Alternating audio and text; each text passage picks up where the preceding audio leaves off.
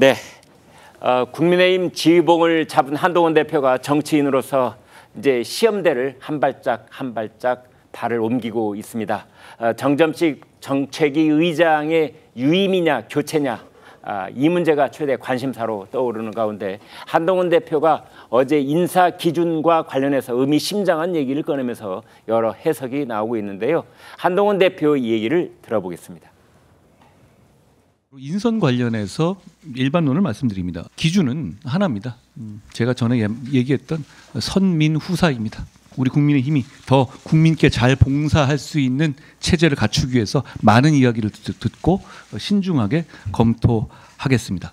지난 총선과 당대표 선거에서 보여주신 민심과 당심은 분명히 저에게 변화를 요구하셨는데요. 저희가 그 변화의 민심을 잘 받드는 진영을 잘 구축하도록 제가 많은 말씀 들으면서 신중하고 차분하게 진행할 것이라는 말씀드립니다. 네, 최창렬 교수님. 예. 이제 한동훈 대표도 드디어 여의도 문법에 조금씩 이렇게 적응을 하는 모습. 그러니까 구체적인 얘기를 하지 않으면서도 자기 뜻을 이제 전달하는 그런 방식인데, 예를 들면 선민후사, 뭐 변화의 민심을 받들겠다. 이게 무슨 뜻입니까? 지금 63% 당심도 63%였고 네. 민심도 63%였지 않습니까? 네. 그리고 생각보다 꽤 높이 나왔어요. 압도적으로 당선이 됐는데 네. 이건 정말 뭐 객관적으로 봐서 국민의힘의 당심은 변화해라라는 하나의 상위적인 의미로 해석해야 됩니다. 네. 근데 지금 이제 정점식 정책의장을 이제 유임할 거냐, 임면권을 대표 가지고 있으니까 면직할 거냐, 네. 이게 지금 쟁점이잖아요. 네. 시간이 꽤 흐른 것 같습니다, 벌써. 이런 건 빨리 결단 내려가지고 유임이면 유임, 아니면 교체면 교체 이렇게 갔어야 되는 건데, 네. 특히 이제 지금 이 정책의장은 원내대표와 협의를 해서 네. 의원총회 추인을 받아야 하는 것이기 때문에 네. 뭐 당장 뭐 그만두시고 하기 좀 어려울 거예요. 네. 그래서 이제 한동훈 대표로서는 아주 이게 이 첫 대표되고 첫 난관입니다, 이게. 네. 정 의장은 어쨌든 간에 친윤으로 분류된 인사이고, 네. 이 사람을 이제 면직시키면은 대통령실가 불편할 수 있다는 판단을 하겠죠. 네. 또 아닌 말로 의원총회에서 추인을 만약 못 받으면 당대표의 리더십이 아주 균열이 오는 것이기 때문에 여러 가지 판단을 할 겁니다. 시간은 꽤 벌써 됐는데, 지금 저 언어는 보니까 저 메시지는 교체 쪽에 약간 무게를 두는 것 같아요. 그냥 네. 여기도 문법상 해석을 해본 말이죠. 네. 저는 이렇게 생각합니다. 정점식 의장의 임기가 있잖아요. 정책의장 임기가 1년인데 네. 의장들이 임기를 채운 적이 한 번도 없더라고요. 최근에 예. 2021년도 이후에 말이죠. 네. 그 의장 임기도 물론 중요합니다만 어쨌든 당 대표가 바뀌고 지도부가 바뀌어서 새로운 변화를 요구했다면 네. 정 의장의 아무리 뭐 변화에 뭐 무디고 이랬다는 의미가 아니라 네. 어쨌든 정 의장은 친윤으로 분리되는 사람이고, 그렇다면 게다가 지금 친윤 지금 최고위원들이 있잖아요. 지금 네. 이뇨한, 뭐 김민정, 김지원 이런 분들이 계시고, 그렇다면 저 같으면은 이건 자신의 뜻에 맞게 지도부를 구성하는 게 좀 맞을 것 같아요. 네. 그리고 이제 만약에 그러면 의원총회에서 추인이 안 되고 대통령실과 갈등을 빚으면 어떡하냐 그러는데, 저는 그렇게 보지 않습니다. 정책의장을 지금 누구를 하느냐 가지고 이렇게 지금 당이 벌써 일주일째 이러고 있는데, 이건 네. 맞지 않는다고 봐. 이건 이 한동훈 대표가 결단 내려서 결단이라는 게 무슨 면직의 결단이 될 수도 있고 유임의 결단이 될 수도 있는데, 네. 저 같으면 제가 한동훈 대표라면 전 면직시키겠습니다. 그래서 내 색깔에 맞는 사람들과 같이 정치를 해나가고, 그것도 4명의 또 그 친윤 최고위원들이 계시잖아요. 네. 그래서 뭔가 변화와 이런 그 대안이라고 봤던 거 아니겠어요, 한동훈 대표가? 네. 그쪽에 맞추는 게 맞지 않을까? 이걸 너무 지금 정점식 의장 하나를 가지고 한 분을 가지고 지금 대통령실과의 갈등까지만 가는데, 저는 의원총회에서도 의원들이 추인하리라고 봐요. 당대표가 결정한 건데 의원들이 그 정도의 정무적 판단을 하지 않을까? 좀 물론 제 개인 생각입니다. 예. 네. 그래서 이제 최창렬 교수께서는 한동훈 당 대표가 직권을 발휘해서 면직 절차를 밟는 것이 그게 정답 아니겠는가라는 의견을 주셨는데요. 김민수 대변인께요. 네. 뭐 여러 가지 궁금증이 있습니다. 지금 이제 이 정점식 정책위 의장의 유임 여부가 이제 갑자기 당내 가장 뜨거운 현안이 되다시피 하고 있는데, 첫 번째 궁금한 건 이런 겁니다. 황우여 비대위원장이 왜 정정식 정책위 의장을 당시 임명을 해버린 거죠? 그거 그냥 빈자리로 놔도 되는 거 아니었습니까?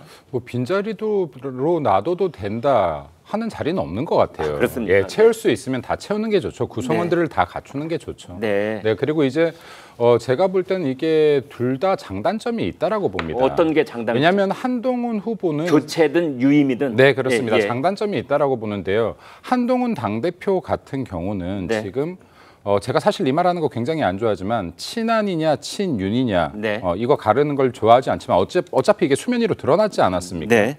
근데 한동훈 당대표가 이번에 당선되면서 친한의 당대표가 된 게 아니에요. 네. 국민의힘의 당대표입니다. 아. 모두의 당대표거든요. 네. 그러면 한동훈 당대표 입장에서는 친한과 친윤이 더 이상 구분이 없어져야지 가장 뛰어난 리더십을 발휘하는 거라고 봅니다. 네. 다 하나로 만들어야 되고 하나로 네. 만들어야지 민주당과 대적할 수 있는 전투력을 갖출 겁니다. 네. 네, 이러한 의미에서 탕평과 화합의 리더십을 보일 것이냐, 네. 아니면 보다 속도에 치중해서 개혁의 리더십을 보일 것이냐, 네. 혁신과 변화의 리더십을 보일 것이냐의 기로에 서 있는 것 같아요. 근데 여기에서 이게 시간이 좀 끌리다 보니까 이런 논쟁, 저런 논쟁들이 벌어지는 것 같은데 네.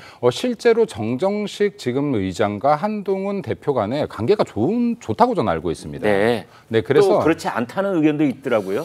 제가 알기로는 그래도 원만하다라고 판단이 네, 되고 또 알겠습니다. 정정식 의장 자체가 남들과 나를 세우시는 분이 아니세요. 네. 저분도 지금 이제 3선 차지만 네. 근데 정정식 의장을 만약에 한동훈 당대표가 되려 잘 활용한다라고 하면 이 리더십의 확장이 저는 더 빠를 수도 있는 영역도 있다라고 생각되고 네. 또 반면에 또 한동훈 당대표가 본인의 좀 더 이렇게 의사소통이 편한 사람으로 둔다라고 했을 때 그건 또 그 나름대로 또 혁신의 어떠한 변화를 만들어가는데 속도가 날 수 있다라고 봅니다. 네, 김 그래서, 대변인께 네. 중간에 죄송합니다.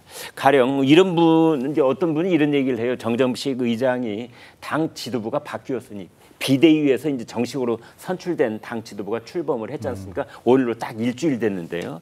이제 이런 경우에는 정정식 의장이 자진 사퇴의 의사를 밝혀서 한동훈 대표한테 재신임을 받는 한이 있더라도 일단은 새로 바뀐 지도부에게 어떤 그 지도부를 새로 구성하고 출범시키는 그 기회와 권한을 좀 이렇게 존중해주는 태도를 취하는 게 온당하지 않느냐 이런 의견이 있어요. 어떻게 보십니까? 일반적으로 그래 왔기 때문에 저도 그게 맞다라고는 봅니다. 그런데 이러한 부분들이 수면 위로 계속 나오는 것은 전 좋지 않다라고 생각해요. 아, 예. 그러니까 이게 한동훈 당대표와 정정식 지금 의장 간에 충분히 둘이 만나 대화로 풀 수 있는 문제이지 아, 예. 이게 이렇게 밖으로 나오면 또 이거 민주당에서 공격거리뿐이 더 되겠습니까? 아, 네. 그러니까 제가 볼 때는 국민의힘을 위해서라면 이게 더 이상 밖으로 계속해서 논란이 되는 것보다는 안에서 마무리를 빠르게 하고 가령 예를 들어서 한동훈, 추경호, 정점식 세 사람이 만나서 얘기하면 될 일 아닙니까? 저는 될 일이라고 근데 보고요. 왜 안 만나는 거죠? 네, 아마 만나지겠죠. 그것까지는 제가 내밀한 사정은 모르겠으나, 네. 근데 최고위원 회의 자체가 당원 당규상이에요. 보면 선출직들과 원내대표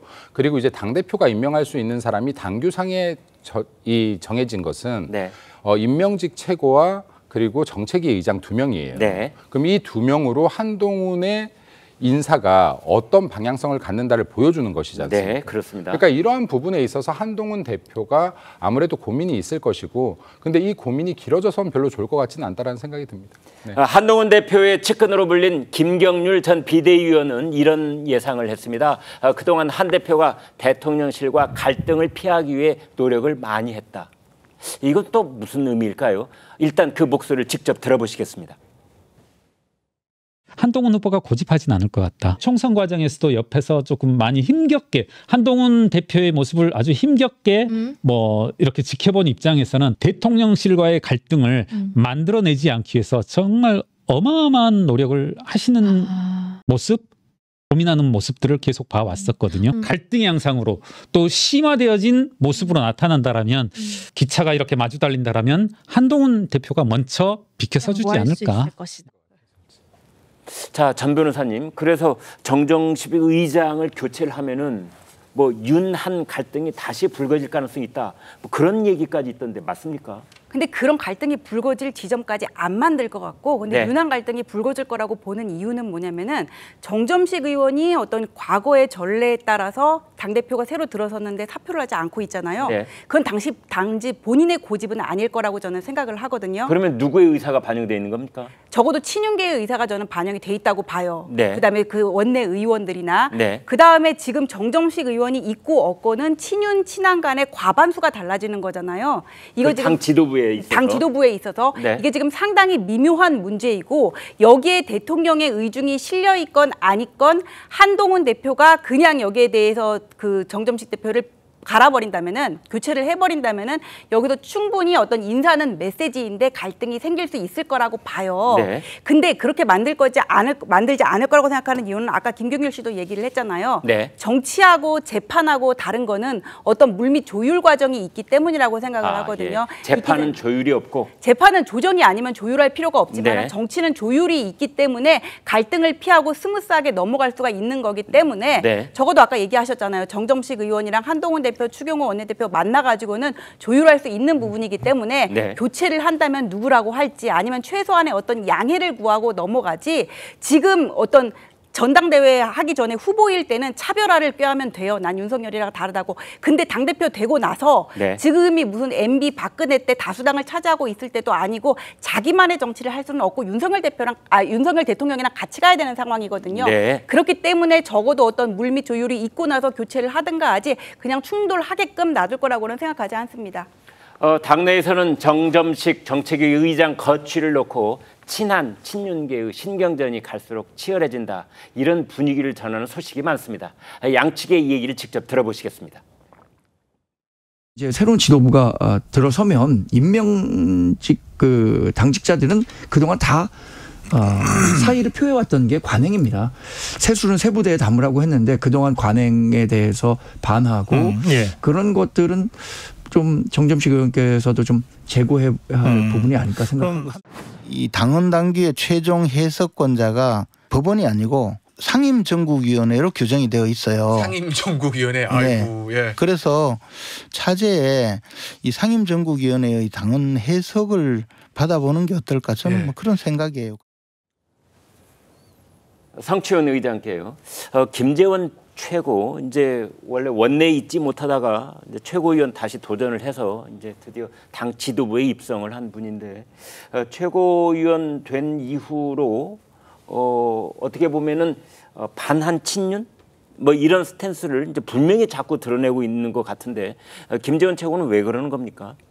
거기에 자신의 역할을 하겠다는 지금 의지를 표명하는 것으로 보이고요. 어떤 역할을 하겠다는 그러니까 뜻입니까? 그 한동훈 대표를 견제하겠다는 역할을 하는 거죠. 견제의 역할을 하겠다. 그래서 네. 당선된 전당대회 발표 그 끝난 다음 날 아침 방송에서 네. 원내대표와 당대표의 의견이 충돌했을 때는 원내대표 의견을 따라야 된다는, 제가 정치권에서 한 번도 들어본 적 없는 이야기를 하기도 했거든요. 예. 그 얘기는 사실상 전 당대표 패싱으로 들었거든요. 그러니까 네. 당대표를 패싱할 수도 있다. 그 김민전 최고도 비슷한 얘기를 했습니다. 네.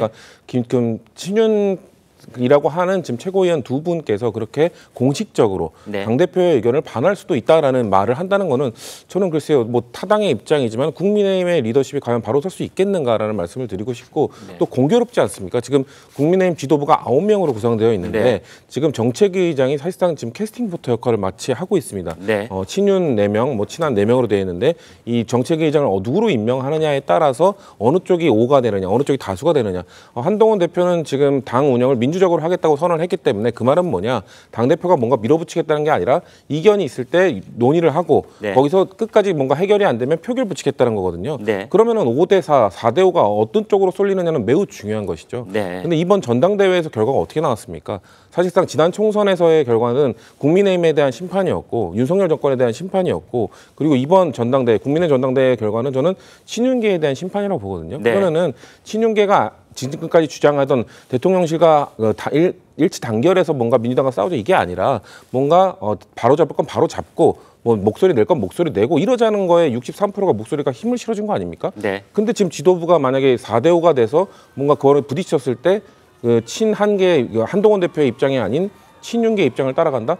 그러면은 저는 당심이나 민심을 역행하는 거라고 보거든요. 그렇기 때문에 이거는 저는 적절하지 않다라고 보고 민주당 사례를 하나 말씀드리면 2년 전에 민주당 전당대회 있었잖아요. 네. 이재명 대표 그 당시 취임을 했을 때 그 당시에도 정책위의장이 김성환 의원이었는데 네. 임기인 1년을 채우지 않았었습니다. 근데 김성환 의원이 먼저 이재명 대표에게 조금 임기를 채우고 싶다고 부탁을 했고 네. 그것을 이재명 대표가 뭔가 그 당시에 민주당은 뭐 개파 갈등 이런 게 뭐 심하지 않던 시기였으니까 승인을 해줬죠. 네. 그러니까 그런 절차를 밟는 겁니다. 뭔가 임기가 1년이기 때문에 무조건 당대표는 그걸 지켜줘야 된다. 이런 건 여당이나 뭐 저희 당이나 국민의힘이나 똑같이 무조건 지켜줘야 되는 게 아니고 상황에 따라서 당대표가 그것을 수용을 하면은 지키는 것이고 아니면은 언제든지 저는 면직하고 다시 임명하는 것은 글쎄요. 정치권의 일반적 상식에서는 당연한 거라고 저는 보고 있습니다. 네.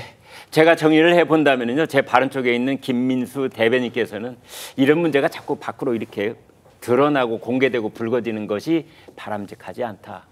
얼마든지 비공개로 조율하고 결론을 낼 수 있는 부분이다. 그렇게 좀 갔으면 좋겠다라는 뜻인 거고요. 그다음에 성치은 의장께서는 이제 그런 문제를 제대로 해야만 하는 것인데 63%라는 득표율, 그 당신 민심을 반영하는 것으로 순서를 밟아야 한다. 이렇게 말씀을 주신 것으로 정리를 해보겠습니다.